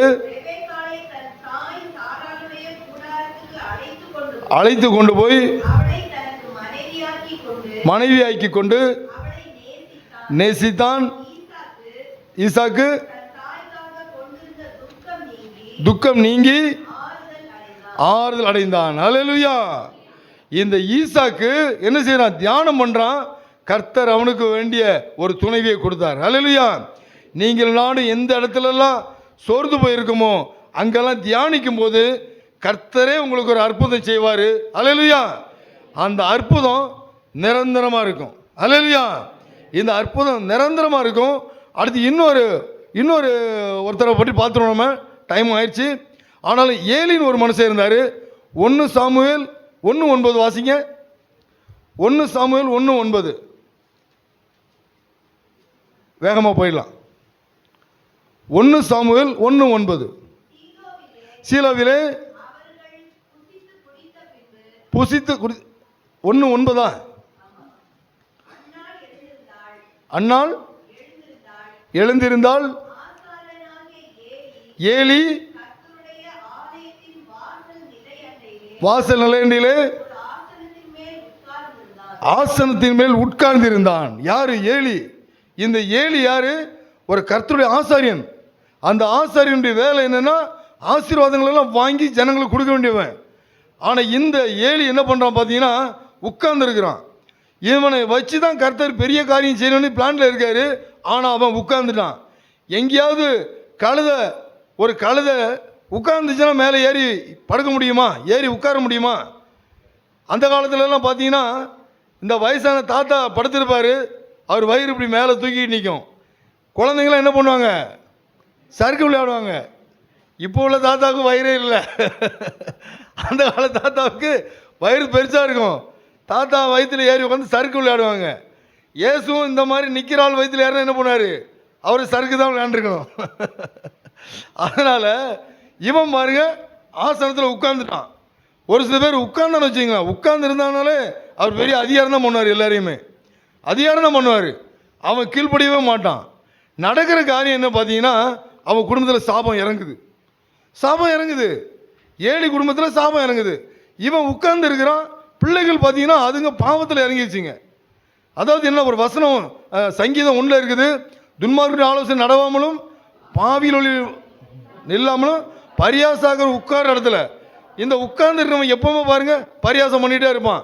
அவன் அப்படி பண்ணான், இவன் இப்படி பண்ணான், இவன் வேலை செய்ய மாட்டான், அவன் வேலை செய்ய மாட்டேன்றான், இவன் வேலை செய்ய மாட்டேன்றான். யார் சொல்ல, சபைக்கு அப்படி ஆளுங்க இருப்பாங்க. யாராவது இருந்துச்சுன்னா திருத்திங்க, நான் வந்து பயப்பட மாட்டேன், நான் ஓடிடுவேன். சபைகள் யாராவது இருந்துக்கிட்டு இவன் அப்படி பண்ணுறான் அப்படி பண்ணுறான்னு சொல்லாதீங்க, நீங்கள் செய்யுங்க. அல்லேலூயா. கர்த்தருக்கு செய்கிற ஆள் தான் வேணும். கர்த்தருக்கு வேலை செய்யணும், ஏதாவது ஒன்று செய்யணும். நம்ம யார் பார்வைக்காக இல்லை, நம்மளே செய்யணும். அங்கே பாருங்கள் ஒரே அழுக்காக இருக்குது, இதெல்லாம் க்ளீன் பண்ணவே இல்லை, நம்ம தான் பண்ணணும். ஏங்க இந்த சபையில் எனக்கு ஒரே ஒற்றையாக இருக்குது, ஒற்றையோ அப்படியே அசிங்கமாக இருக்குது, இந்த சர்ச்சில் என்ன பண்ணுறாரு பாஸ்டர், அதை நம்ம கேட்குறதுக்கு வரக்கூடாது, அதை க்ளீன் பண்ணணும். அல்லேலூயா. எங்க குடிக்க தண்ணி என்னங்க இந்த இடத்துல சரியாகவே வரமாட்டேன், வைக்க மாட்டேன்றாங்க. இந்த இடத்துல யார் வைக்கிறது, தண்ணி குடிக்கிறது யார்? பாஸ்டர் மட்டுமா குடிக்காரு? எல்லாத்தையும் குடிக்கிறோம், நம்ம தான் எடுத்து ஊற்றணும் அதில். அல்லேலூயா. எல்லாமே என்ன முடியுமோ அது செய்யணும். ஏங்க இந்த பிரசங்கமே சரியாக பண்ண தெரியலங்க, ஏன்டா மைக் கொடுன்னு கேட்கக்கூடாது. அல்லேலூயா. இவர் சரியாக பாடவே மாட்டேன்றாரு, மைக்கை கொடுங்க. இந்த தபேலாஸ் தம்பி சரியாகவே அடிக்க மாட்டேன்றாரு, இதை நான் அடிக்கிறேன். நீ வீட்டில் அடித்தா போதும், மானை அடித்து உடச்சிக்கிறதே போதும். இங்கே அடிக்க இவங்க பார்த்துப்பாங்க. நீ செய்ய வேண்டியதான் செய்யணும். எங்க டாய்லெட் உள்ள போன ஒரே நாத்தம், ஏம்மா நீ தானே போகிற கழுவி விட, அதை செய்யணும். அல்லேலூயா. அதை செய்யணும். இந்த ஏழி பாருங்க ஜம்முன்னு உட்காந்துக்கிட்டான். உட்கார்ந்து இருந்து பார்க்குறான், ஒரு லேடி ஜெபிக்க வர்றான். அண்ணாள் அவள் ஜெபிக்கிறா. ஐயோ அவன் மனசு சஞ்சலத்தில் பேசுகிறா, ஆண்டவரே எனக்கு பிள்ளை இல்லையாப்பா, பிள்ளை வேணுப்பான்னு அவள் அழுகுறா. இவன் இங்கேருந்து உட்கார்ந்து பார்த்து சொல்கிறான், ஏய் தண்ணி அடிச்சு வந்தியான்னு கேட்குறான். பைபிள் அப்படி இருக்குது, படிச்சிங்களா இல்லையா? அவன் பாருங்க புலம்புறா, அப்பா எனக்கு பிள்ளை இல்லைப்பா, வீட்டில் பெரிய தலைவலியாக இருக்குது, ஐயோ சக்களத்தி என்னை பாடாப்படுத்துகிறாளே, எனக்கு ஒரு பிள்ளை தர மாட்டேறான்னு அவள் சொல்கிறா. அவளை பார்த்து இவன் சொல்கிறான், என்ன சொல்கிறான், அதாவது வேலை செய்கிற ஆளை பார்த்தா வேலை செய்யாதவனுக்கு ஏதாவது குறை சொல்லிட்டே இருப்பான். இந்த குணம் நமக்கு மாறணும். அல்லேலூயா. நீ வேலை செய்கிற ஆஃபீஸாக இருக்கலாம், வீட்டில் இருக்கலாம், வீட்டில் 4 பிள்ளைகள் இருந்துச்சுன்னா எப்போ பார்த்தாலும் என்னையே வேலை செய்ய சொல்கிறீங்க. அவங்க நீ இந்த வீட்டில் தானே இருக்கிற. அல்லேலூயா. நீ செய்யணும். ஒரு ஆஃபீஸ் போகிறோமா, எங்கே போகிறோமோ செய்யணும். ரோட்டில் போயிட்டே இருக்கீங்க, அங்கே நிறைய ஆணி கிடக்குது, அந்த ஆணி இருக்குல்ல நீ பார்த்துட்டியா, எடுத்து போடு. ஒரு கயிறு கிடக்குதா, ஒருத்தர் சிக்கி விழுந்துடக்கூடாது, எடுத்து போடணும். ஏங்க அரசாங்கம் சரியாகவே நிர்வாகம் பண்ணலங்க. ரோட்டில் அங்கங்கே கயிறு கிடக்குது. ஏண்டா ஸ்டாலினா வந்து போட்டு விட்றாரு கயிறு ஓடி சாவுங்கன்ட்டு, எவனோ போட்டான், எடுத்து ஓரமாக போடுங்களேன். நம்ம தான் போடணும். இந்த தெருவில் வர்றோம், அங்கங்கே கல்லாக கிடக்குது, பெரிய பெரிய கல் ரோட்டில் கிடக்குது, ஒரு ஓரமாக போடணும். இதெல்லாம் நம்ம நடைமுறை செய்யணும். கர்த்தர் அதை எதிர்பார்க்குறாரு. அல்லேலூயா. அப்படி நான் இதுவரை செய்துட்டு தான் இருக்கேன்னு சொல்கிறவங்க மாத்திரம் அல்லேலூயா சொல்லுங்க பார்ப்போம். இனிமேல் நான் செய்ய போகிறேன்றவங்க மாத்திரம் கரங்களை வருது அல்லேலூயா சொல்லுங்க பார்ப்போம். இவ்வளோ நாள் செய்யாமல் இருந்து ஏமாத்திருக்கீங்களா? அல்லேலூயா. எல்லாரும் செய்யணும், உட்காரக்கூடாது. ஏலி உட்காந்துட்டான், அவன் மேலே கர்த்தர் ஏறவே முடியலை. பையனை பாருங்க, அவனுங்க பாவத்தில் இறங்கிட்டானுங்க. அப்பனே அப்படி, நான் ஏன்டா இப்படி, நான் அதோட அதாவது சொன்னான், தாய் 8 அடி குட்டி 16 அடி. எதில் பாவம் செய்யறதில்ல, பரிசுத்தத்தில் காட்டணும். அல்லேலூயா. பரிசுத்தத்தில் காட்டணும். என்ன நடக்குது பாருங்க. அடுத்து பாருங்க, இவன் மேலே ஏறவே இல்லை. ஆனால் அதே ஆலயத்துக்கு இல்லை, ஒரு சின்ன குட்டி சாமுவேல் ஒருத்தன் வரான் பாருங்க. அண்ணாள் வந்து பிள்ளையை பெற்று கொண்டு கொடுக்குறா. சின்ன பிள்ளை தான் அந்த பிள்ளை. அது என்ன செய்து பிறந்த பிள்ளை? ஒரு வசனம் வாசிங்க. 1 சாமுவேல் 2:18. பிள்ளையாண்டான் தரித்தவனாய் பணிவிடை செய்தான். யாரு? ஒரு குட்டி பையங்க, ஒரு சின்ன கழுதைங்க, பெரிய கழுதை. அந்த கழுதை உட்கார்ந்துருச்சு. ஆனால் குட்டி கழுதை பாருங்க, ஒரு சாமுவேல் பாருங்க, பணிவிடை செய்தானா. அல்லேலூயா. நான் குட்டி கழுதையாக மாறி பணிவிடை செய்யணும் கருத்துன்னு சொல்கிற மாத்திரம் கையை வருத்தி அல்லேலூயா சொல்லுங்க பார்ப்போம். நான் குட்டி கழுதையாக மாறி பணிவிடை செய்யணுங்க, பணிவிடை செய்யணுங்க. இந்த கழுதைகிட்ட வந்து கர்த்தர் பேசுகிறார். பேசும்போது சொல்கிறான், அந்த கழுதை சொல்லுது, என்ன சொல்லுது பாருங்க, கர்த்தாவே சொல்லும் அடியேன் கேட்குறேன். அடியேன். இவன் பாருங்க உட்கார்ந்துட்டான். கர்த்தர் வந்து சொல்றாரு, இந்த கழுதை சின்ன பையனை வச்சு சொல்றாரு, அந்த பெரிய கழுதைக்கு சொல்றாரு, எப்ப ஏலியனை கொல்ல போறேன்பா, அழிக்க போறேன், அவன் வம்சத்தை காலி பண்ண போறேன். யார்கிட்ட சொல்றாரு? யார்கிட்ட சொல்லணும்? ஆசாரியன்ட்ட தான் சொல்லணும். ஆனா ஆசாரியன் கேட்கல. நீங்களும் நானும் ஆசாரியனா இருக்கக்கூடாது. அல்லேலூயா. கீழ்ப்படியாத ஆசாரியனா இருக்கக்கூடாது, நல்ல ஆசாரியனா இருக்கணும். என்ன செய்யறான் பாருங்க, சின்ன பையனை வச்சு சொல்றாரு, டேய் உன்னையோட பெரிய ஆசாரியனை காலி பண்ண போறேன்டா. அவன் சொல்றான், கர்த்தர் நலமானதை செய்யணுன்றான். உணர்வே இல்லை பாருங்க, சொல்லுமா கூட உணர்வு இல்லை. ஒரு சில பேருக்கு வேத வசனம் வருது, ஐயா இந்த வசனம் எனக்குன்னு எடுக்கணும். அல்லேலூயா. நான் எப்படி திருந்தலாம், நான் எப்படி மாறலாம், எப்படி கர்த்தருக்கு பிரியமா இருக்கலாம், எப்படி ஆசீர்வாதத்தை சுதந்திரிக்கலாம், இந்த வசனத்தை ஆசையாக கேட்கணும், கேட்டு ஃபாலோ பண்ணணும். கேட்கிறவர்கள் மாத்திரமல்ல, அதன்படி செய்யணும். அல்லேலூயா. அப்படியே ஆசையாக அப்படியே அவன் பாருங்க அசால்ட்டாக சொல்கிறான், கர்த்தர் எப்போ உன்னை அழிக்க போகிறாருன்னு சின்ன கழுதை சொல்லுது. இந்த ஆசாரியனை பார்த்து அவன் சொல்கிறான், கர்த்தர் நலமானதை செய்யட்டும், அவன் காலத்தில் செய்யட்டும். யார்? பிள்ளை காலத்தில். டேய் சாவ போகிறது எல்லாமே சாவ போகிறீங்களா? இதுதான் வசனம். அதனால் நீங்களும் நானும் செய்ய வேண்டிய காரியம் என்ன தெரியுமா? அவன் சின்ன பிள்ளைய மாறிட்டான், அதே மாதிரி மாறணும். அல்லேலூயா. மாறணும். இன்னும் நிறைய காரியங்கள் இருக்குது. ஆனாலும் ஒரு சில முடிச்சிடுவோம். இப்போ நம்ம அடுத்து பாருங்க, 1 சாமுவேல் 3:20 வாசிங்க.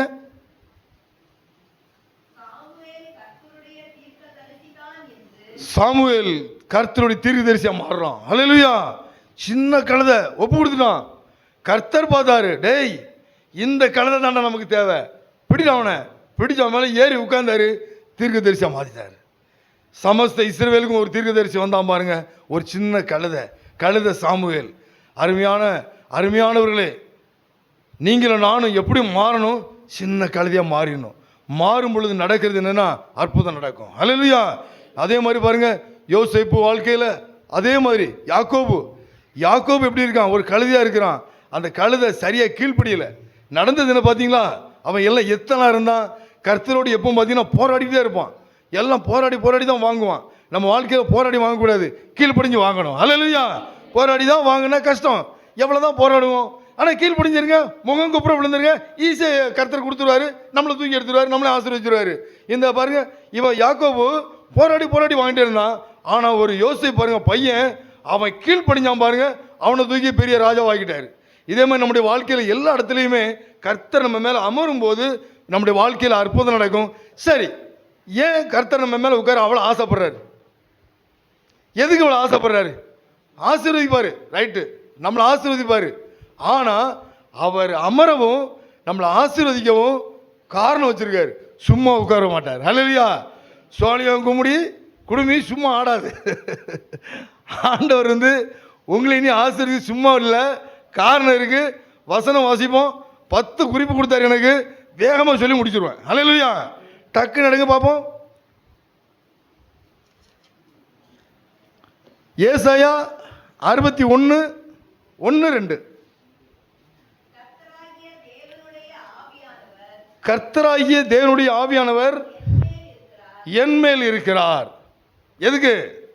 ஏறி கழுதியாக இருந்த என் மேலே இப்போ எல்லாம் ஒப்பு கொடுத்தீங்கல்ல, என் மேலே கர்த்தர் அமர்னு சொல்லி ஒப்பு கொடுத்தீங்கல்ல. எத்தனை பேர் உண்மையாக ஒப்பு கொடுத்தீங்க? கையை வச்சு எல்லாம் சொல்லுங்க பார்ப்போம். இன்னும் ஒப்பு கொடுக்காத ஆட்கள் இருக்கீங்களா? எல்லாம் ஒப்பு கொடுத்துடணும். அல்லேலூயா. ஒப்பு கொடுத்தா ஆசீர்வாதம். அல்லேலூயா. அப்போ என்ன சொல்கிறாரு? இந்த நபர்களுக்கு வாசிங்க இப்போ, சுவிசேஷம் அறிவிக்கும் முதல்ல. அல்லேலூயா. யார் மேலே கர்த்தர் அமரணும்னு ஆசைப்பட்டீங்களோ, யார் மேலெல்லாம் கர்த்தர் எனக்கு வேணும்னு சொன்னீங்களோ, என் மேலே அமரணும் ஆசைப்பட்டீங்களோ, உங்கள் மேலே ஆசீர்வாதம் கர்த்தர் கண்டிப்பாக தந்துடுவார். ஆனால் நீங்கள் செய்ய வேண்டிய ரிட்டன் என்னென்னா, முதல்ல சுவிசேஷம் அறிவிக்கணும். அல்லேலூயா. முதல்ல சுவிசேஷம் அறிவிக்கணும். உங்கள் வீட்டு பக்கம் உள்ள ஜனங்களெல்லாம் கெட்ட அவிழ்க்கணும். அல்லேலூயா. ரெண்டாவது, இருதயம் நொறுங்குண்டவர்கள் காயம் கட்டணும். நிறைய பேர் இருதயம் நொறுங்கி போய் மன வேதனையில் நிறைய பேர் இருக்காங்க. நம்மளை சுற்றி நிறைய ஜனங்க இருக்காங்க. என்ன செய்யணும் தெரியலங்க. என்னை இவங்க அப்படி பேசிட்டாங்க, அப்படி பேசிட்டாங்க, எனக்கு நிறைய வேதனையாக இருக்குன்னு சொல்லி இருதயம் உடைஞ்ச ஜனங்க இருக்காங்க. அடுத்தது, சிறைப்பட்டவர்களுக்கு விடுதலை. சிறையாகி இருப்பாங்க, நிறைய பாவத்தில் சிறையாக இருப்பான். அது எப்படி வெளியே வரனே தெரியாது. சிறைச்சாலை அனுபவத்தில் இருப்பாங்க. வெளியே பார்த்தா நல்லா இருப்பான், உள்ளே பார்த்தீங்கன்னா ஒரு சில பேருக்கு கேட்டு பாருங்க, எப்படி இருக்கீங்களுங்க, என்னங்க நான் நிம்மதியே இல்லாமா. இப்படிப்பட்ட ஆட்களை விடுதலை ஆக்கணும். அடுத்து, கட்டுண்டவர்களுக்கு, கட்டப்பட்ட கழுதியாக இருக்காங்க பார்த்தீங்களா, ரோட்டில் நிற்பாங்க, கட்டப்பட்டிருப்பான், கடனில் கட்டப்பட்டிருப்பான், நோயில் கட்டப்பட்டிருப்பான், சாபத்தில் கட்டப்பட்டிருப்பான், அவனை விடுதலை ஆக்கணும். அடுத்து,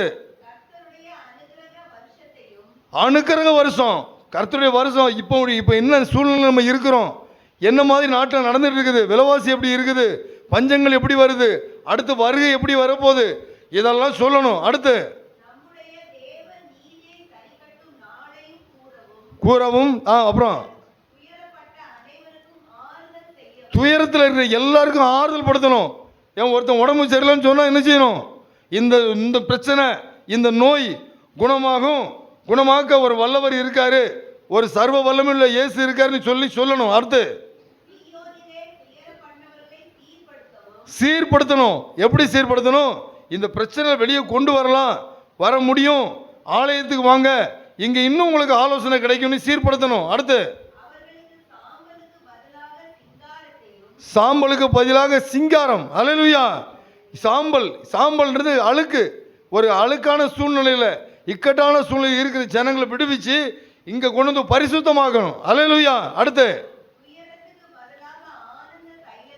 துயரத்திற்கு பதிலாக ஆனந்த தைலத்தையும் அபிஷேகம் சபைக்கு கொண்டு வந்து அவனுக்கு வேண்டிய நன்மைகளை செய்து ஒரு ஆனந்த தைலத்தை, அபிஷேக தைலத்தை ஊற்றி, துதியின் உடை இங்கே கூட்டிட்டு வந்து அவங்களை சாதாரணமாக இருக்கிற ஒரு மனுஷனை வெளியே கொண்டு வந்து அவனுக்கு வேண்டிய துதியின் ஆடையை கொடுக்கணும். அல்லேலூயா. அவன் புலம்பிக்கிட்டே இருக்கான் இல்லையா, துயரத்தில் புலம்புற அவனுக்கு ஒரு துதியின் ஆடையை கொடுத்து அவனை அழகுபடுத்தணும். அல்லேலூயா. இதெல்லாம் செய்யணும்னு கர்த்தர் விரும்புகிறாரு. என்ன செய்யணும், சுவிசேஷம் அறிவிக்கணும், இருதயம் நொடுங்குன்னவர்களை காயம் கட்டணும், சிறைப்பட்டவர்களை விடுதலையாக்கணும், கட்டப்பட்டவர்களை கட்ட அவிழ்க்கணும், நீதி சரி கட்டுதலை பற்றி சொல்லணும், துயரப்படுவர்களுக்கு சீர்படணும், சாம்பலுக்கு பதில் சிங்காரம் கொடுக்கணும், துயரத்துக்கு பதில் ஆனந்த தைலம் கொடுக்கணும், ஒடுங்கின ஆவிக்கு பதிலாக துதியின் ஆவியை கொடுக்கணும். அல்லேலூயா. இது எல்லாம் செய்யணும் கர்த்தர் விரும்புகிறாரு. ஒரு வசனம் வாசிப்போம். மத்தேயு 21:7. இவ்வளவும் செய்யும் போது நடக்கிற காரியம் என்ன பாருங்க, வாசிங்க.